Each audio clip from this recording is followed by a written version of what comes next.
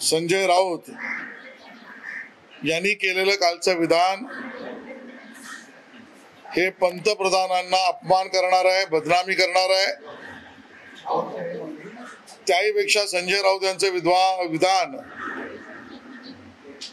हे प्रधानमंत्र्यांच्या बद्दल विद्वेष पसरवणार आहे आणि म्हणून आम्ही निवडणूक आयोगाला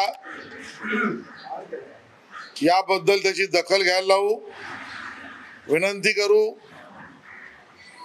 आणि याबद्दल कायदेशीर कारवाईची अपेक्षा करू। आणि सवाल औरंगजेबी मानसिकतेचाच असेल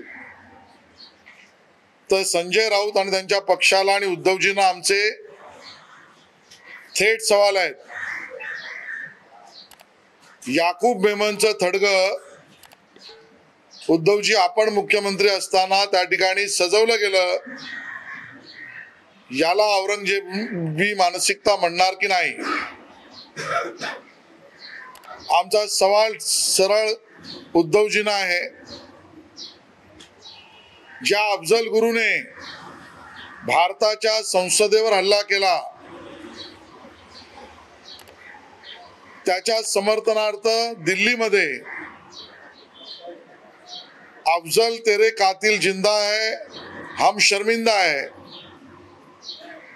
असं म्हणणाऱ्या लोकांना आपण मुख्यमंत्री असताना महाराष्ट्रामध्ये सभेला यायची परवानगी सुरुवातीला मिळाली होती की नाही? ही औरंगजेबी मानसिकता आहे की नाही? आणि म्हणून भारतीय जनता पक्षाने तर अफजल खानाचं थडगही उखडून टाकलं, भारतीय जनता पक्षाच्या सरकारने तर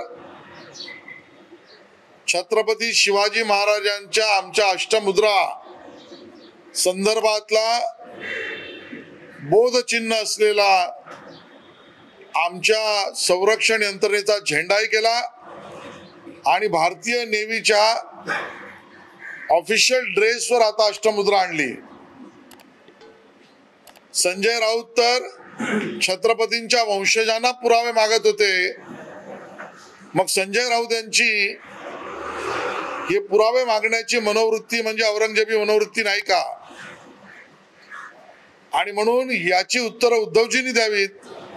महाराष्ट्र उघड्या डोळ्याने पाहतोय, विद्वेष पसरवणारी वक्तव्य पंतप्रधानांबद्दल करणं, अपमान आणि बदनामी करणं हे निवडणूक आयोगाला मॉडेल कोड ऑफ कंडक्टच्या व्हायोलेशन मध्ये येतं की नाही हे बघण्याची आमची विनंती राहील, त्यावर कारवाईची अपेक्षा राहील।